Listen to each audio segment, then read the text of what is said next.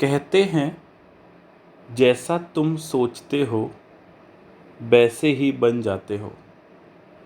जैसा तुम सोचते हो वैसे ही बन जाते हो। सफलता पाने के लिए पहले विश्वास करना होगा। सफलता पाने के लिए पहले विश्वास करना होगा कि ये हम कर सकते हैं। मैं रवि अग्रवाल आप सभी का स्वागत करता हूँ एक कदम सफलता की ओर सीरीज़ में। आज इस सीरीज़ का दूसरा दिन है और आज हम इस दूसरे दिन में बात करेंगे लॉजिकल रीजनिंग की बात करेंगे। रीजनिंग में आज हम जो भी डिस्कस करेंगे उस डिस्कशन में हम बात करेंगे मेमोरी बेस्ड पेपर की, जो आपसे प्रीवियस ईयर पूछा गया था। याद रखिएगा स्टूडेंट, जो भी मैं क्वेश्चंस आपके लिए लेकर आया हूँ ये सारे क्वेश्चंस मेमोरी बेस्ड हैं। हो सकता है कि ये क्वेश्चंस आपसे पूछे गए हैं या इससे मिलते जुलते क्वेश्चंस आपसे पूछे गए थे SBI क्लर्क प्री 2020 में। चलिए इस सेशन को स्टार्ट करते हैं। और अगर अभी तक सेशन को, वीडियो को और चैनल को सब्सक्राइब नहीं किया है तो एक बार सब्सक्राइब कर लें और ज़्यादा से ज़्यादा लोगों को शेयर करें। राइट, आप डेली रात को 9 बजे मेरे साथ जुड़ना ना भूलें। आपको ये सेशन डेली मिलेगा जो हमने सीरीज स्टार्ट की है एक कदम सफलता की ओर। चलिए स्टार्ट करते हैं हम इस सीरीज़ को बिना ब्रेक के साथ। मैं फिर से बता देता हूँ, आज के इस पूरे सेशन में हम लोग जो डिस्कस करेंगे वो प्रीवियस ईयर पेपर की बात करेंगे जो आपसे पूछा गया था 2020 में। ये मेरा पेपर पूरा मेमोरी बेस्ड रहेगा। ऑल 35 क्वेश्चंस की हम बात करेंगे। राइट, अच्छा, मैं आप लोगों को एक सजेस्ट करूँगा कि आप लोग भी मेरे साथ क्वेश्चन सॉल्व करते जाएं और अपने आंसर्स भी एक पेन या पेपर पर लिखते जाएं। लास्ट में मैं आपसे ये ज़रूर पूछूंगा कि आउट ऑफ 35 आपके कितने राइट गए थे। आप ये सोचिएगा कि आप अभी एक पेपर दे रहे हैं, है ना। अपने आंसर्स लाइव सेशन में देते रहिएगा, बट आप काउंट भी करते जाइएगा कि आपको कितने मार्क्स आए या कितने क्वेश्चन राइट गए या रॉन्ग गए। चलिए स्टार्ट करते हैं। Direction 1 2 3। In each of the questions, relationship between some elements are shown in the statement. These statements are followed by conclusions numbered 1 and 2. Read the statement as and give the answer. देखिए यहाँ पर मुझे 5 options दे रखे हैं। If only conclusion 1 follows, if only conclusion 2 follows, if either conclusion 1 or 2 follows, if neither conclusion 1 nor 2 follows, if both conclusion 1 and 2 follows। यहाँ पर हम 3 question की बात करेंगे। क्वेश्चन नंबर 1 का स्टेटमेंट है, ये बेसिकली ऑल 3 क्वेश्चंस आपके बच्चों कहाँ से लिए गए हैं, इनइक्वलिटी वाले चैप्टर से लिए गए हैं, ठीक है ना। स्टेटमेंट है P is greater than Q, Q is greater than and equal to R, R is equal to S, S is less than T and T is equal to U। और आपका कंक्लूजन है Q is greater than S। ज़रा check करते हैं, Q यहाँ पर है, S यहाँ पर है। Q S से बड़ा है, बड़ा तो है बट हर एक केस में बराबर भी है, तो यानी यहाँ से ये क्या हो जाएगा, रॉन्ग हो जाएगा। दूसरा समझिएगा S equal to Q, S Q के बराबर है लेकिन Q बड़ा भी है, तो ये भी रॉन्ग हो जाएगा। बट अगर हम देखें दोनों को मर्ज करें तो ये इक्वेशन कुछ इस तरह से बनती है कि Q is greater than and equal to S। यानी हम ये पूरा रॉन्ग नहीं बोल सकते, कुछ तो राइट है ना, Q बड़ा है बट पूरा नहीं है, 50% है। तो ये जो 50% का जो केस होता है वो आपका किस में जाता है, ईदर एंड और में जाता है। तो ईदर एंड और में अगर आपका केस जाएगा तो मैं यहाँ से जो आपका क्वेश्चन नंबर 1 का जो आंसर होगा वो क्या होगा, ईदर कंक्लूजन नंबर 1 और 2 फॉलोज, यानी यहाँ से आपके फर्स्ट का आंसर क्या रहेगा, सी रहेगा। चलिए क्वेश्चन नंबर 2 पर बात करते हैं। क्वेश्चन नंबर 2 का स्टेटमेंट है J is less than D is equal to L is less than and equal to K is less than and equal to Q and Q is greater than and equal to R। आपसे पूछा क्या जा रहा है conclusion, J is less than Q। तो देखिए ये आपका J है, ये आपका Q है। हाँ जी, J हर एक केस में Q से क्या है, छोटा है, यानी कंक्लूजन नंबर 1 मेरा राइट होगा। दूसरा बात करते हैं L is less than and equal to R। तो देखिए L जो है वो R से छोटा एन बराबर है, क्योंकि सर देखिए दो साइन, बच्चों ध्यान से समझना, दो साइन अगर एक दूसरे के अपोजिट जाते हैं तो वो आपका कंक्लूजन ऑलवेज रॉन्ग होता है। यानी यहाँ से जो आपका आंसर निकल के आएगा वो क्या निकल के आएगा, ऑप्शन नंबर ए, मीन्स कंक्लूजन नंबर 1 फॉलोज।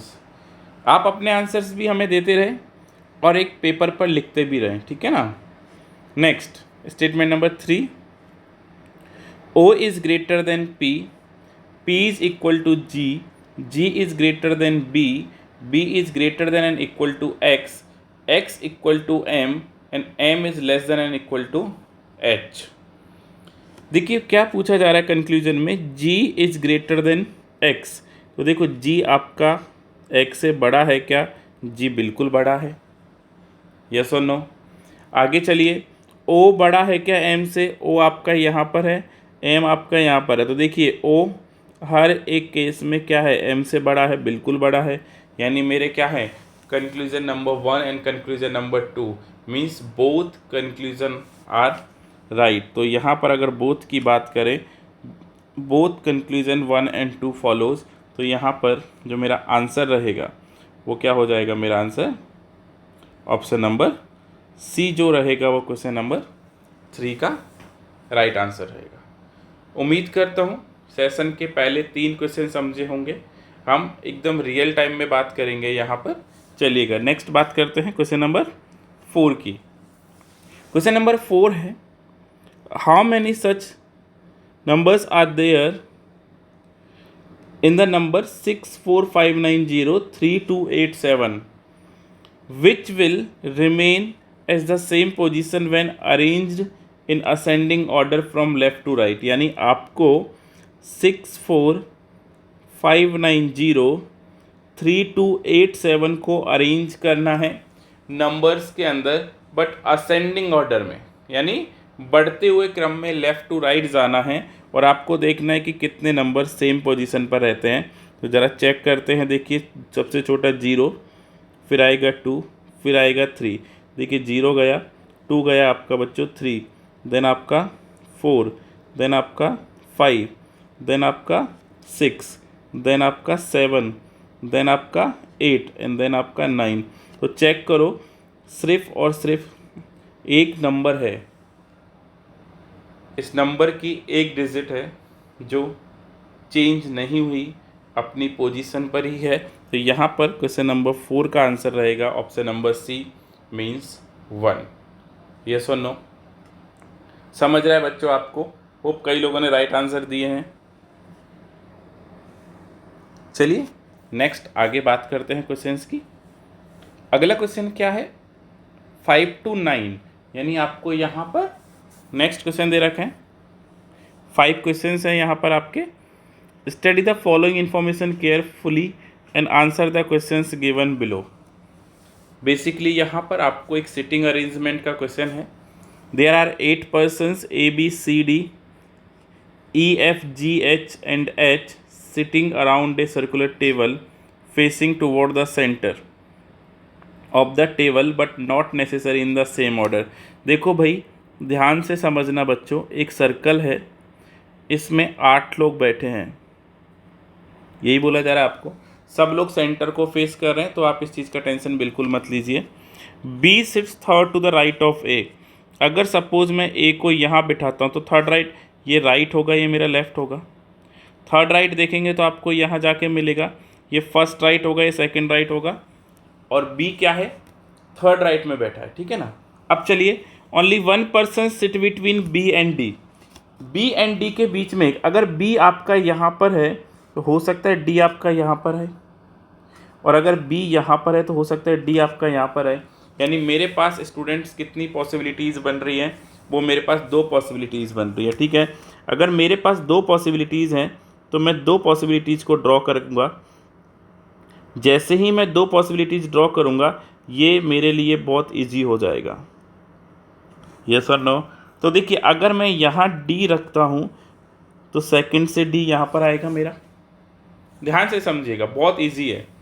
ई फेस सी, देखो यहाँ पर बोला जा रहा है ई किसको फेस कर रहा है, सी को फेस कर रहा है। Who is not immediate neighbour of B, जो बी का पड़ोसी नहीं है। हु मतलब कौन, सी किसका पड़ोसी नहीं है, बी का। तो देखो भाई, यहाँ सी नहीं आएगा, यहाँ सी नहीं आएगा, यहाँ सी नहीं आएगा, यहाँ सी नहीं आएगा।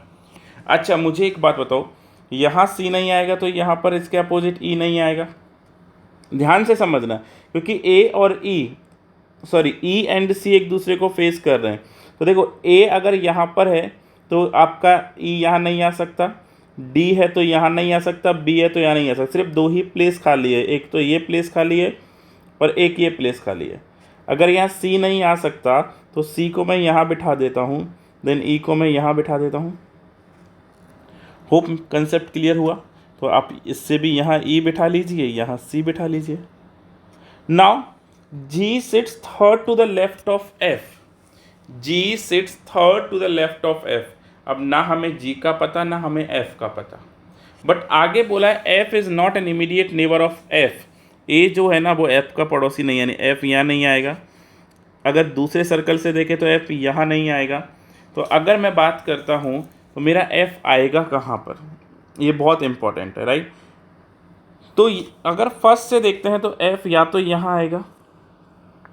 तो अगर हमें क्या बोला रहा है, जी एफ का थर्ड लेफ्ट, देखो 1 2 3 ऑलरेडी ई बैठा है। यहाँ अगर हम किसको बिठाते हैं, एफ को, तो 1 2 3 ऑलरेडी डी बैठा है। यानी जो हमारा फर्स्ट सर्कल है वो क्या है, हमारा रॉन्ग है। नाउ हम सेकंड में देखते हैं। देखो बच्चों, ए के पड़ोस में यहाँ पर क्या नहीं आएगा, एफ नहीं आएगा। तो आप एफ को क्रॉस की जगह पे बिठाओ। सपोज अगर यहाँ आपका एफ आया तो देखो, first left, second left, third left में कौन आ गया आपका, जी आया नहीं आया, डेफिनेटली आ गया। अब यहाँ पर आपका जी आ गया तो अभी मेरे पास एक प्लेस खाली है, तो इस प्लेस पे कौन आएगा, एच। तो चेक करो, A B C D E F G and H, all 8 persons बैठ गए या नहीं बैठ गए, यस और नो, राइट। तो आपको ये समझना है कि सर्कल हमारा कौन सा राइट जाता है। Clear my point? एक बार सर्कल का इमेज आप कॉपी में बना लीजिए, आपके लिए बेटर रहेगा, है ना। क्वेश्चंस का आंसर देने में आपको आसानी रहेगी।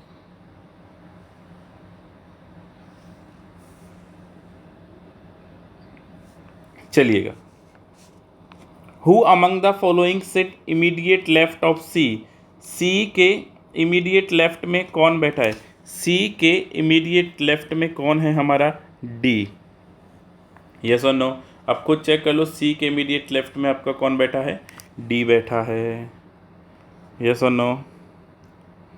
एक बार फटाफट लिख दीजिए, समझ में आ रहा है तो। देखिए, सी के इमीडिएट लेफ्ट में कौन बैठा है, डी बैठा है। नाउ क्वेश्चन नंबर 6 देखते हैं, who among the following sit opposite to A. A के अपोजिट में कौन बैठा है। तो अगर आपको याद है तो ए के अपोजिट में देखिए, ए यहाँ पर है, इसके अपोजिट में कौन बैठा है, एफ। तो यहाँ से हम कह सकते हैं कि ए के अपोजिट में कौन बैठा है, एफ बैठा है। तो आपका option number C question number 6 का आंसर होगा। नेक्स्ट, अभी ये क्वेश्चन 7 आपसे पूछता हूँ, आपको आंसर देना है। How many person sit between H and G when counted from the left of G. फटाफट बताओ, जी के लेफ्ट से अगर हम काउंट करते हैं तो जी एंड एच के बीच में कितने लोग बैठे हैं, फटाफट बताइए। ग्रेट, तो यहाँ पर कितने लोग बैठे हैं, 1 पर्सन बैठा है। नेक्स्ट क्वेश्चन नंबर 8 की बात करें, if all person sit around the circle in the clockwise direction by their names according to English alphabetical order starting from A। How many persons remain unchanged except A. तो चलो ज़रा देख लेते हैं। अगर हमें अल्फ़ाबेटिकल ऑर्डर में arrange करना पड़ेगा तो देखिए ये हमारा ए है, तो यहाँ क्या आएगा बी, यहाँ कौन आएगा सी, यस और नो, यहाँ हमारा कौन आएगा डी, यहाँ कौन आना चाहिए ई, एफ, जी एंड एच। तो देखो कितने मैच हो रहे हैं, सिर्फ 2 मैच हो रहे हैं, यस और नो। सी अपने प्लेस पे है एंड डी भी अपने प्लेस पे है, और कोई ऐसा नहीं है जो अपने प्लेस पे है। तो यहाँ से जो मेरा क्वेश्चन नंबर 8 है उसका आंसर क्या निकल के आएगा 2। Next question number 9, what is the position of B with respect to H. बताइएगा जरा फटाफट से,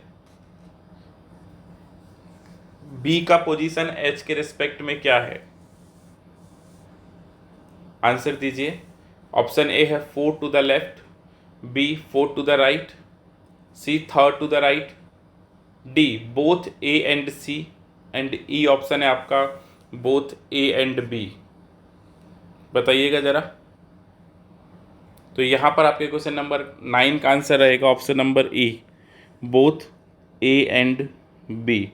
यानी आप लेफ्ट से काउंट करें या राइट से, 4th प्लेस पर ही आपको बी मिलेगा एच के रिस्पेक्ट में। Clear my point everyone? कोई डाउट किसी को? यहाँ तक समझ में आया सबको? ग्रेट। अपने आंसर्स देते रहें।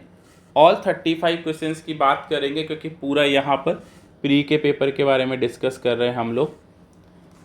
Next question number 10 to 13। 10 to 13 basically coding decoding का क्वेश्चन है आपका, ठीक है। चलो चेक करते हैं कोडिंग डिकोडिंग के क्वेश्चन को कैसे सॉल्व करते हैं। यहाँ पर हमें दे रखा है club house near located is coded as OLGPOXOT, both club view near is MTOXXQOT, make located house view is coded as NKOLGPSQ, and near club view area is coded as OTOXSQTM। यहाँ पर ये Chinese coding decoding है। Basically हमें यहाँ पर क्या करना होता है, कॉमन निकालना होता है, कॉमन वर्ड निकालना होता है। तो देखिए चेक करते, club house near located both club view near. तो चेक करो, देखो क्लब एंड नियर दोनों साथ साथ चल रहे। आगे भी देखते हैं, make located house view and near club. देखिए नियर एंड क्लब यहाँ भी साथ चल रहे हैं, यस और नो। अगर दोनों साथ चल रहे हैं तो बाकी के ऑल 3 स्टेटमेंट में क्लब एंड नियर का कोड सेम होगा। जरा चेक कीजिए कौन कौन सा। देखो OX OX OX, एक ये OX OX and OX same आ रहा है। दूसरा आप चेक कीजिएगा बच्चों, OT OT and OT same आ रहा है। यानी मैं लिख सकता हूँ यहाँ पर कि क्लब एंड नियर का जो कोड है वो OX एंड OT क्या रहेगा, आगे आगे पता चल जाएगा। तो आपको इतना टेंशन लेने की ज़रूरत नहीं है कि क्लब का कौन सा होगा, नियर का कौन सा होगा। अभी चलते हैं, नेक्स्ट है हाउस लोकेटेड। नेक्स्ट सेकंड में देखिएगा हाउस, थर्ड में हाउस लोकेटेड कॉमन आ रहा है, यस और नो। अगर हाउस एंड लोकेटेड कॉमन आ रहा है तो आप यहाँ लिख लीजिए कि हाउस एंड लोकेटेड का जो कोड है वो क्या रहेगा आपका OL एंड GP। तो देखिए OL एंड GP यहाँ से गया एंड आपका OL एंड GP यहाँ से गया। आगे देखिएगा बच्चों, आपको बता रहा है व्यू, ये व्यू एंड व्यू, यानी आपको यहाँ पर VIEW का जो कोड है वो तीनों में सेम होना चाहिए, राइट। तो आप चेक कर लीजिए SQTM, यहाँ पर देखिए सब जगह आपको SQ कॉमन आ रहा है तो आप SQ लिख दीजिए। अभी यहाँ पर एक चीज़ देखिए कि बोथ का कोड रह गया आपका MT, मैं लिख देता हूँ ये भी आपके लिए। बोथ का कोड रह गया आपके लिए MT। मेक का कोड आपका हो गया क्या बच्चों, NK, एंड आपका एरिया का कोड आ गया TM। बस आपको कोड अलग करने हैं, राइट। जैसे ही आपके सारे कोड फाइंड आउट हो जाएंगे ये क्वेश्चन आपके लिए इजी हो जाएगा। चलिए, अगर आपको ये समझ में आ गया, मैं थोड़ा सोच रहा हूँ पेन चेंज करते हैं क्योंकि क्लियर नहीं दिख रहा। चलिएगा, नाउ यहाँ पर आगे क्वेश्चन की बात करते हैं। क्वेश्चन नंबर फर्स्ट क्या है, what is the code for both. Both का जो कोड है वो क्या रहेगा, एम्प्टी। यानी यहाँ से मैं क्या कह सकता हूँ कि बोथ का जो मेरा कोड है वो क्या है, एम्प्टी। यानी option number C is my right answer. Yes और नो। आंसर देना बहुत ईजी है। What is the code for house. House का कोड क्या होगा, देखिए बच्चों, हाउस यहाँ पर है आपका, एंड हाउस के दो कोड है, OL एंड GP। तो हमें चेक करना होगा कि ऑप्शन में ऐसा क्या दे रखा है कि OL एंड GP कॉमन है क्या। तो देखिए OL फर्स्ट में है मतलब, एंड GP हमारा C में है। यानी हम कह सकते हैं हमारा आंसर क्या रहेगा, इधर A और C। हमें फिक्स नहीं है कौन सा होगा, इसलिए हम दोनों में से एक को चूज करेंगे। Next, the code NK is stand for. NK किसके लिए स्टैंड करता है, चेक कीजिएगा। NK किसके लिए स्टैंड करता है बच्चों, मेक के लिए स्टैंड करता है। तो आपको यहाँ पर क्लियर हो जाएगा कि NK किसके लिए स्टैंड करता है, मेक। यानी option number A is right answer. आगे चेक करते हैं, what is the possible code for both house. देखो सबसे पहले यहाँ देख लो, बोथ का कोड क्या है आपका, एम्प्टी है, एंड हाउस में आपको OL एंड GP में से एक चूज करना है। यस और नो। बोथ का कोड क्या है आपका, एम्प्टी है। तो देखो सब में एम्प्टी है, ये पक्का हो चुका है। ऑप्शन नंबर E नहीं होगा। अभी आपको क्या लेना है, हाउस। हाउस मैंने क्या बताया आपको, OL एंड GP में से लेना है। तो OL आपका D में नहीं है, C में नहीं है, B में नहीं है, GP आपका यहाँ पर है। तो मेरा कोड क्या होगा, GPMT। यानी option number A is right answer for question number 13। Yes और नो, समझ में आ रहा है सबको। चलिए नेक्स्ट और क्वेश्चन की बात कर लेते हैं। क्वेश्चन नंबर 14 to 18 बहुत ही अच्छा क्वेश्चन है। Study the following information carefully and answer the questions given below. ये एक पजल है मोस्टली, है ना, बस छोटा पजल है, बस लॉजिक आपको अप्लाई करने हैं और कुछ नहीं है खास। हम चलते हैं और बात करते हैं, आप भी बनाते रहिए साथ में और हम भी बनाते रहेंगे। बन जाए आपका तो प्लीज़ मुझे बता दीजिएगा। There are 8 employees of a company and all of them are working on 8 different designation of a bank। क्या क्या है डेजिग्नेशन, लिख लेते हैं। डेजिग्नेशन है उनका चेयरमैन, फिर है CFO, फिर है GM जनरल मैनेजर, फिर है DGM, फिर है उनका AGM, फिर है उनका मैनेजर, फिर है उनका जूनियर मैनेजर, एंड फिर है उनका क्लर्क। यानी ये क्या हो गए, 8 एम्प्लॉयज़ हैं और 8 पोजीशंस हो गई। यस और नो, सारी पोजीशंस मैंने यहाँ पर लिख दी। All the designation given are the to be considered in a, ये सब पढ़ने की ज़रूरत नहीं है, मेन पढ़ लो। Chairman consider as a senior most, chairman कौन है, सीनियर मोस्ट है। And clerk considered is junior most, ये कौन हो गया, जूनियर मोस्ट हो गया। चलो टेंशन मत लो, अभी बनाना कैसे है वो समझो, ठीक है ना। ये यहाँ पर मैं एक लाइन खींच देता हूँ, अभी हमें इसे बनाना है। ये एकदम इजी था, अभी ट्विस्ट बहुत सारे आएंगे, ठीक है ना। Only 2 persons are senior to B से सिर्फ 2 लोग सीनियर है। तो अगर B को यहाँ रखता हूँ तो देखो B से 2 लोग सीनियर हो गए। मैं थोड़ा सा लाइन ड्रॉ कर देता हूँ, आपको अच्छे से समझ में आएगा। तो देखो अगर मैंने B को GM पर रखा तो B से 2 लोग ऊपर सीनियर हो गए, great. 1 person lies between B and G। देखो भाई अगर B यहाँ पर है तो G यहाँ आ सकता है, बट अगर B ऊपर है तो G नीचे भी तो आ सकता है। तो अगर मैं B यहाँ रखता हूँ तो G यहाँ भी तो आ सकता है। यस और नो, 2 पॉसिबिलिटीज़ है, मैं दोनों से ही जा रहा हूँ, आपको जल्दी से क्लियर हो जाएगा, फिर तक टेंशन मत लीजिएगा। Only 2 persons are senior to B, 1 पर lies between B and G, हो गया। चलिए, the number of persons junior to G, the number of person junior to G is the same as the person senior to C।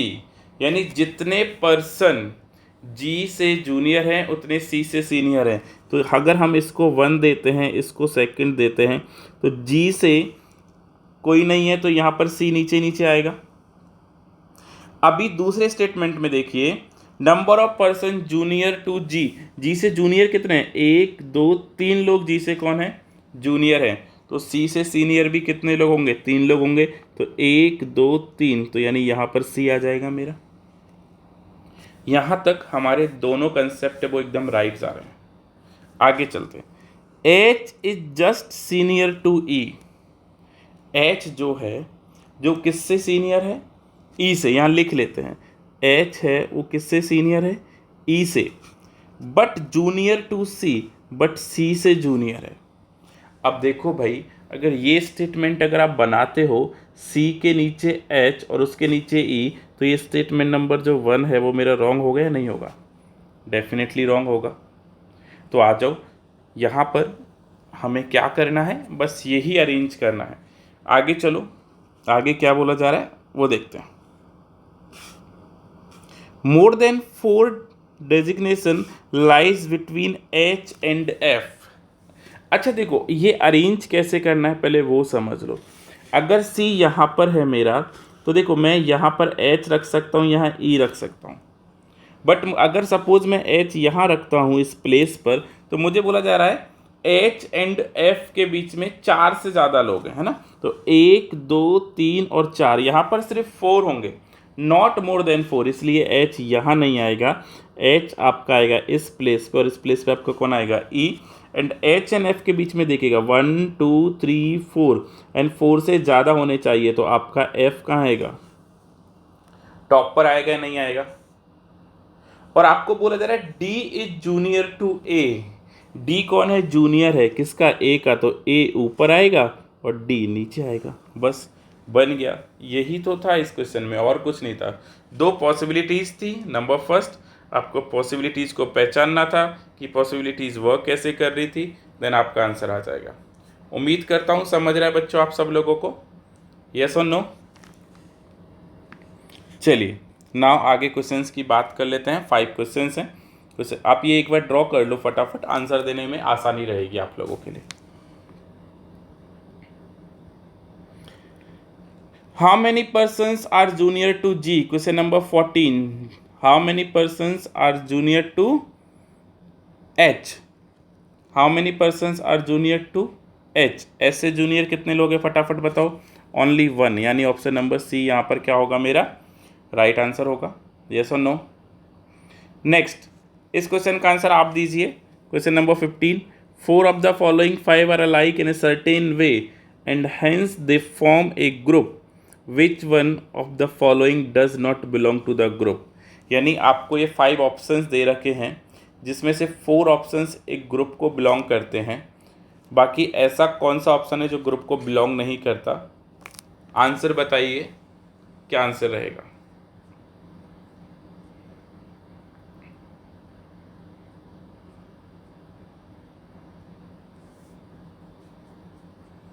Good, कई लोग answer दे रहे हैं, अच्छा है। Then option number D, G and A, हाँ जी बिल्कुल right answer है, क्योंकि बाकी सब लोग एक दूसरे के नियर में हैं, right, but G and A जो है वो एक दूसरे से दूर है। Next question number 16, how many designation gap are between A and D, A and D के बीच में कितना गैप है, ज़रा चेक करते हैं। ए एंड डी, ए आपका यहाँ पर है, डी आपका यहाँ पर है, कितने हो गए, 3 हो गए, यस और नो। तो यहाँ पर मेरा क्या रहेगा, option number B is my right answer. Next question number 17, who among the following is two senior to B, B से सीनियर कौन है ज़रा देखो, बी से सीनियर कौन है, ए, यस और नो। एफ भी है बट ऑप्शन में आपका ए है, तो हम ए को टिक करेंगे, ठीक है ना। Next, who among the following A G M, A G M कौन है ज़रा चेक करो, ए जी एम है आपका कौन, जी, ग्रेट, कई लोग अच्छे आंसर दे रहे हैं, रियली लाइक। कितना है, ऑप्शन नंबर सी आपका यहाँ पर क्या रहेगा, राइट आंसर रहेगा। होप एक बार फटाफट लिख दीजिए अगर समझ रहा है आप लोगों को। अभी तक हम लोग 18 क्वेश्चन कर चुके हैं, समझ में आ रहा है, ग्रेट। देखो एक बहुत अच्छी बात है, जस्ट अभी एक थॉट आया है, मैं आपके साथ शेयर करता हूँ। एक टॉपर से पूछा गया कि आप कितनी देर पढ़ाई करते हो, क्योंकि कई स्टूडेंट्स ये क्वेश्चन मेरे से हमेशा पूछते हैं कि सर कितने टाइम पढ़ना चाहिए। तो उसने बहुत अच्छा एक सुंदर जवाब दिया, वो जवाब आप सुनोगे ना तो रियली आपको मज़ा आ जाएगा। उसने क्या जवाब दिया कि जब तक मेरे हर दिन का बनाया हुआ गोल, क्या, जब तक मेरे हर दिन का बनाया हुआ गोल पूरा ना हो जाए तब तक, फिर चाहे उस गोल को पूरा करने में अगली सुबह का सूर्य ही क्यों ना निकल जाए। क्या जवाब है, मतलब कितनी देर पढ़ाई करो, इट डजेंट मैटर, आप एक गोल बनाओ। अगर उस गोल के अकॉर्डिंग एक आप पढ़ाई करोगे ना, ऐसा नहीं सर 2 घंटे चलेगा क्या, 3 घंटे चलेगा क्या, नहीं, एक गोल बनाओ, चाहे उस गोल को पूरा करने में अगली सुबह का सूर्य क्यों न निकल जाए। सच में बहुत अच्छा जवाब है ये, यस और नो। चलिएगा next question number 19 to 21, 3 questions की बात करते हैं। कंक्लूजन से रिलेटेड है तो मे बी सिलॉक्सी होगा, चेक करते हैं। हाँ सिलॉक्सी है, राइट। क्वेश्चन नंबर 19, पहले एक बार कंक्लूजन पढ़ लो। 1 follow, 2 follow, either, neither and both, ठीक है ना बच्चों, आपको प्रैक्टिस होना चाहिए इन सब का। चलिएगा, some banana are orange, some banana are orange, yes और नो। नेक्स्ट बोला जा रहा है all orange are apple, all orange are apple. चलिएगा conclusion, some banana are not apple, this is the repetition of the statement. भाई अगर मैं बोल रहा हूँ some banana, sorry it's not repetition, right, some banana are not apple, definitely wrong है, some not का concept है, यस और नो। सिलॉक्स में सबसे इंपॉर्टेंट पार्ट रहता है कंसेप्ट। अगर आपके कंसेप्ट क्लियर नहीं है तो मेरा रिक्वेस्ट रहेगा आपसे, आप प्लेलिस्ट में जाकर रीजनिंग का प्लेलिस्ट ओपन कीजिएगा, कुणाल सर का वहाँ पर सेशन है आप लोगों के लिए सिलॉक्स का, आप ज़रूर से विजिट कीजिएगा, राइट। आपको सारे कंसेप्ट क्लियर होने चाहिए। Next, some orange are banana, some orange are banana, is this right, some orange are banana, this right, yes right, ये राइट है, क्योंकि पॉजिटिव स्टेटमेंट का नेगेटिव कंक्लूजन नहीं होता, आप ये चीज़ याद रखिएगा। तो यहाँ पर कंक्लूजन नंबर 2 ट्रू रहेगा आपका, यानी 2 follow. Next question number 20, only a few east are north. चलिए बनाते हैं, east are, only a few मतलब सम ईस्ट आर नॉर्थ।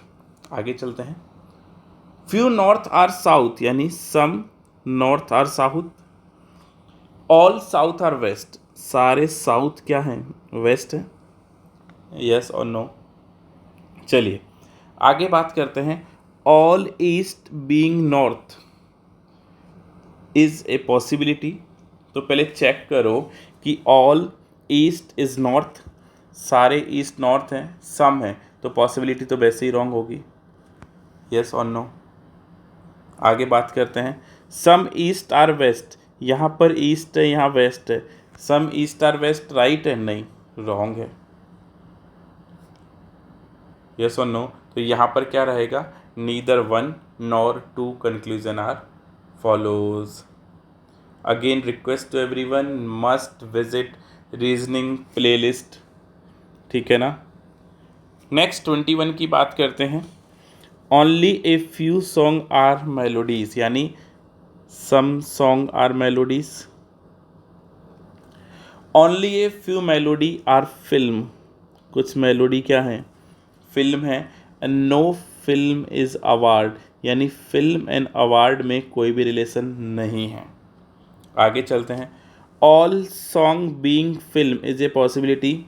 बताओ, ऑल सॉन्ग इज फिल्म दिख रहा है क्या, सारे सॉन्ग फिल्म है क्या, नहीं है, तो पॉसिबिलिटी राइट है, बिल्कुल है।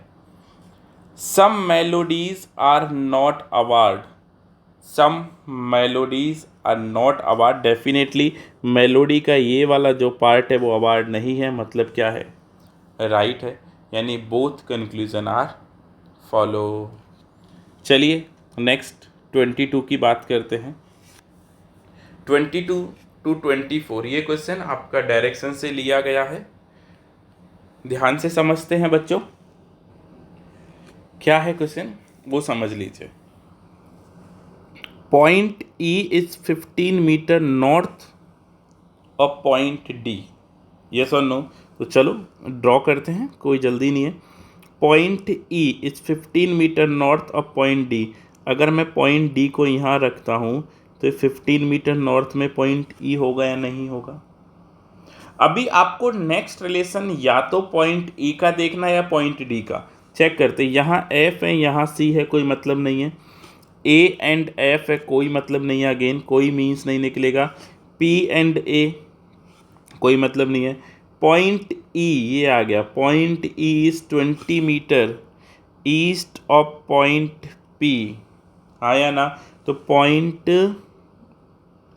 पी के ईस्ट में है कौन है, ई, कितना 20। क्लियर हुआ सबको।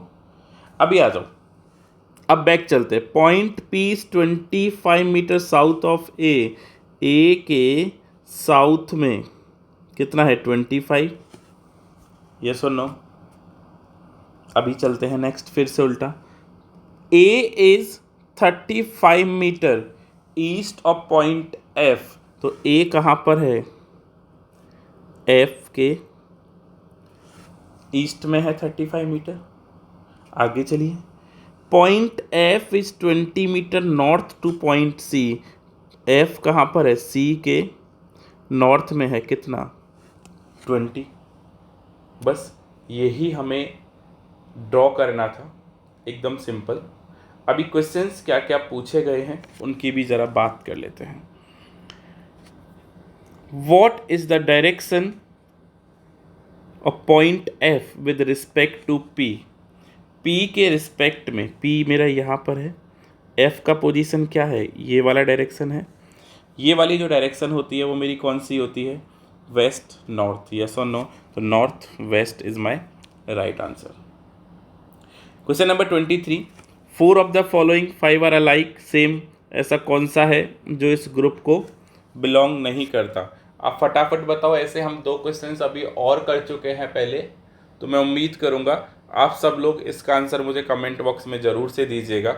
नेक्स्ट मैं क्वेश्चन नंबर 24 की बात करता हूँ। If point X is 20 meter south of C, then what is the total distance between point X and point D? If point X is 20 meter south of C, south of C बता रहा है ना, हाँ देखिए ये C के south में 20 है, तो अगर मैं जाऊंगा तो X यहाँ पर आएगा, क्योंकि ये 20 एंड 20 40 है, देन ये 15 एंड 25 को ऐड करेंगे तो 40 है। अभी हमसे डिस्टेंस की बात कर रहे थे, दोनों के बीच में ये डिस्टेंस क्रिएट होगा। ये डिस्टेंस कितना है 20 एंड 35, तो यहाँ लिख सकता हूँ 20 + 35 मीन्स आपको कितना मिलेगा 55। तो मैं यहाँ से कह सकता हूँ जो मेरा आंसर रहेगा वो कितना रहेगा 55 meter, means option number C is my right answer for question number 24। Clear everyone, मज़ा आ रहा है सबको प्रीवियस ईयर का पेपर देख के, क्या लेवल था उस पेपर का। चलिएगा नेक्स्ट क्वेश्चन की बात करते हैं। Following questions are based on 5 numbers given below, study the given information and answer the following questions. चलिए 5 नंबर्स दे रखे हैं हम लोगों को, 625, 427, 189, 258 and 469। Now what is the question, what is the sum of third digit of the second number from the left. तो देखिए ये first number है लेफ्ट से, ये सेकेंड नंबर है, सेकेंड नंबर का थर्ड डिजिट कितना है 7, and second digit of the third number from the right, ये फर्स्ट नंबर, ये सेकेंड, ये थर्ड नंबर, थर्ड नंबर का सेकेंड डिजिट क्या है मेरा 8, दोनों का टोटल कितना होगा 15, यानी option number B is my right answer. Clear everyone, एकदम इजी वाले क्वेश्चन होते हैं, दिखने में नंबरिंग क्वेश्चन बहुत हार्ड लगते हैं, बट आपको कंसेप्ट अच्छे से समझना होगा। If the position of the first and third digits of each of the number are interchange, यानी सपोज जैसे मैं एग्जांपल लेता हूँ 625 है, तो 6 बैक में जाएगा और 5 फ्रंट में आएगा, यानी 6 5 के प्लेस पे जाएगा, 5 6 के प्लेस पे आएगा। क्लियर है everyone? Great. Then which among the following is the highest number? Highest कौन होगा? देखो थर्ड फर्स्ट बन रहा है ना, तो आप थर्ड को देखो, थर्ड में हाईएस्ट कौन सा है? 9 एंड 9। तो ये अगर देखेंगे तो ये बनेगा आपका 981, ये बनेगा आपका 964। यस और नो? तो आपका कौन सा हाईएस्ट है? 189। यस और नो? क्यों? क्योंकि 981 बन रहा है। अब अगर आप इसको लिख लिख के करोगे तो ये बहुत लेंथी जाएगा, आपको लिखना कुछ नहीं है, लॉजिकल रीजनिंग है भाई। चलिएगा next, if all the digits in the number are arranged in descending order within the numbers from left to right, descending मतलब घटते हुए क्रम में, then which among the following will be lowest number after rearrangement? आपको lowest number find out करना है। तो चलिए अरेंज करते हैं, आप आंसर दीजिए फटाफट, क्या आंसर आएगा यहाँ पर?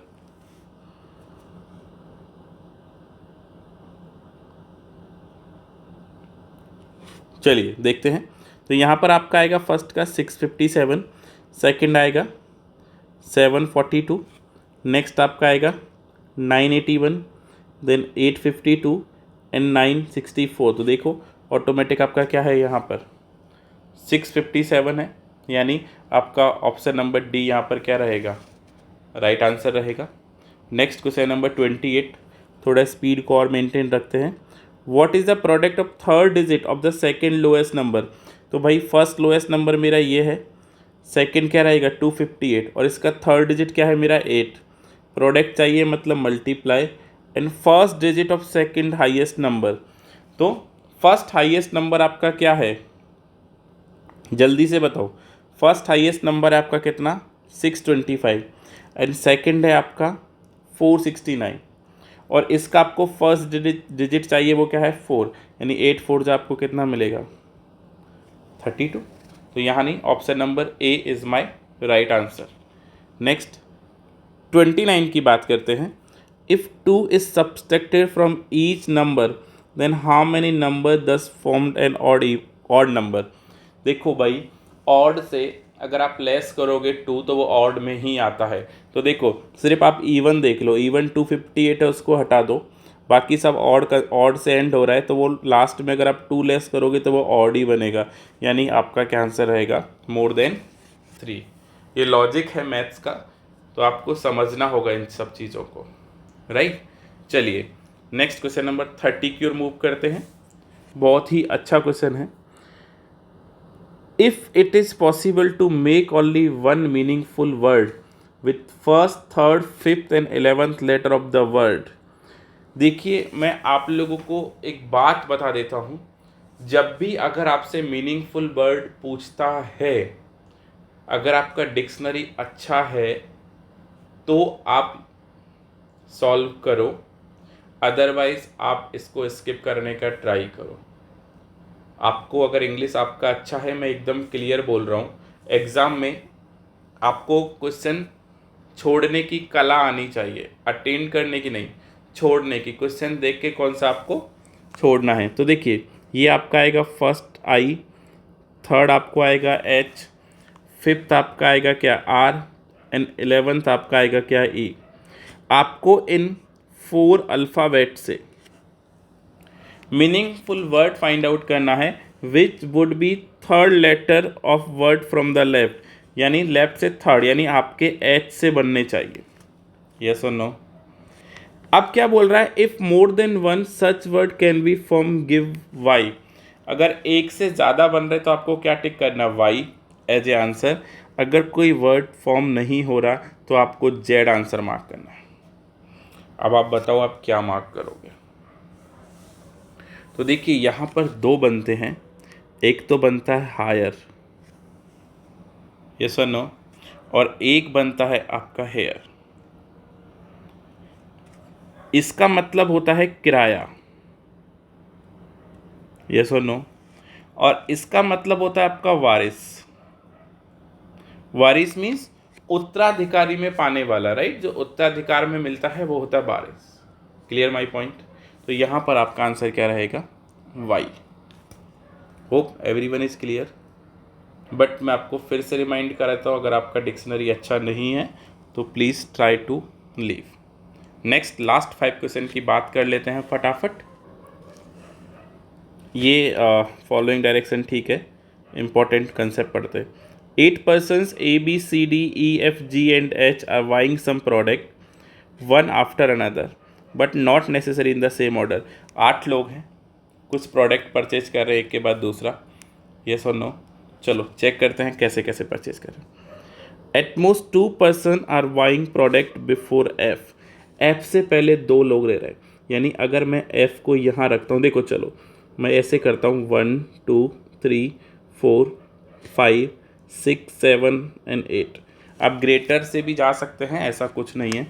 एफ से पहले 2 लोग ले रहे हैं, तो अगर मैं एफ को यहाँ रखता हूँ तो एफ से पहले 2 लोग लेके निकल जाएंगे।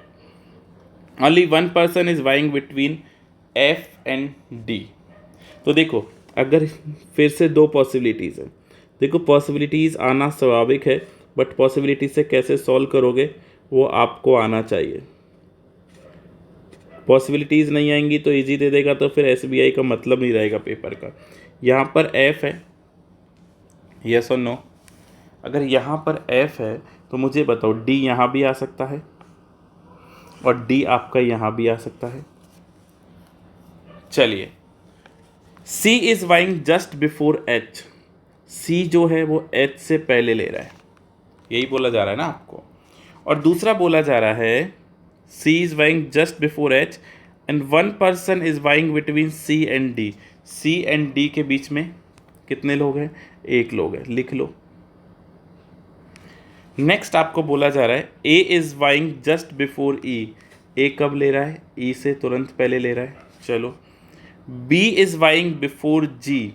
बी जो है, ध्यान से सुनना, जो बी है वो किससे पहले ले रहा है? जी से, एंड आफ्टर ई, एंड ई के बाद ले रहा है, बट इट्स नॉट इमीडिएट, ये याद रखना। अच्छा, अब चलो थोड़ा अरेंज करते हैं, ठीक है ना। अभी उसने बोला है कि सी एंड डी के बीच में 1 person है, 1 person buying between C and D. D यहाँ पर है तो सी यहाँ आ सकता है क्या फर्स्ट से? नहीं, तो ये तो रॉन्ग हो गया। चलो भैया, क्लियर है। अगर डी यहाँ पर है तो सी यहाँ पर आएगा मेरा, और सी के तुरंत बाद कौन है? एच। ये क्लियर हो गया, चलो अच्छी बात है। अभी मुझे क्या बोला जा रहा है कि ए से पहले कौन ले रहा है? ई। तो मेरे पास ए की प्लेस खाली है कि यहाँ मैं ए को रखूँ और यहाँ मैं ई को रखूँ। अब देखो ई के बाद कौन आना चाहिए? बी। तो ई के बाद यहाँ पर बी आ जाएगा। उसने ये नहीं बोला बच्चों, मैं फिर से रिमाइंड करता हूँ, तुरंत नहीं बोला है, इमीडिएट नहीं बोला है, ठीक है ना, बस ऊपर नीचे की कहानी है। तो बचा कौन मेरा? जी। बताओ एकदम इजी हुआ नहीं हुआ? यस और नो? नाउ क्वेश्चंस की बात कर लेते हैं फटाफट। How many persons are buying their product after D. D के तुरंत बाद कितने लोग परचेज कर रहे हैं? 1 2 3, यानी नन ऑफ दिस, इनमें कोई भी नहीं है। मोर देन 3 नहीं होगा, सिर्फ 3 होगा, ठीक है ना। Who among the following is buying just after G. G के तुरंत बाद, जी के तुरंत बाद कौन परचेज कर रहा है? सी परचेज कर रहा है, हाँ या ना? तो आपका ऑप्शन क्या रहेगा? Option number D. नेक्स्ट करते हैं। If all the persons are arranged in alphabetic order from left to right, चलेगा, हम टॉप टू बॉटम कर लेंगे। From A, then find how many remain at the same position excluding A. Including A नहीं बोला है, ठीक है ना, तो ये ए हटा दीजिए। B C D E F G and H, तो आपका कौन आ रहा है? सिर्फ अकॉर्डिंग टू मी 1 person आ रहा है, वो कौन है आपका? एच। यस और नो? तो यहाँ पर क्या आ जाएगा? ओनली 1। आंसर देना बहुत ईजी है, याद रखना। Who among the following is buying exactly between D and F. तो ज़रा चेक करते हैं, डी एंड एफ के बीच में कौन है? बी है। यस और नो? तो यहाँ पर आप ऑप्शन नंबर बी टिक कर सकते हैं। Last and final, how many persons are buying between E and C. तो ज़रा चेक कर लेते हैं, ई एंड सी के बीच में कितने? 1 2 3 एंड 4। तो यहाँ पर मेरा आंसर क्या लग जाएगा? 4, यानी ऑप्शन नंबर सी। उम्मीद करता हूँ स्टूडेंट्स आपको ऑल 35 समझे होंगे। अब आप मुझे बताइएगा कि आउट ऑफ 35 आपके कितने राइट है एंड कितने रॉन्ग है। यस और no. Important announcement, SBI clerk का नोटिफिकेशन ऑलरेडी आउट हो चुका है। वैकेंसीज, आपको अगर बैच ज्वाइन करना है 1 मई से बैच स्टार्ट है बच्चों। लिमिटेड सीट्स हैं, only 1 day left. Enrol yourself as soon as possible, right. चलिए, आज के लिए इतनी ही बातें करेंगे हम लोग। अगर आपको अच्छा लगा तो सब्सक्राइब करिए, चैनल को लाइक कीजिए, शेयर करना मत भूलिएगा बच्चों। मैं डेली रात को 9 बजे आऊँगा, आप अपने मैक्सिमम लोगों को बताइए और सब्सक्राइब करवाइए इस चैनल को। सेशन कैसा लगा कमेंट बॉक्स में ज़रूर से ड्रॉप कीजिएगा, और आप ज़रूर से ये भी बताइएगा कि आउट ऑफ 35 आपको कितने मार्क्स मिले। यस और no everyone. Thank you so much for watching this session. मिलते हैं जल्दी नेक्स्ट सेशन में हम लोग फिर से। आज के लिए इतनी ही बातें। Bye bye, take care, God bless you all.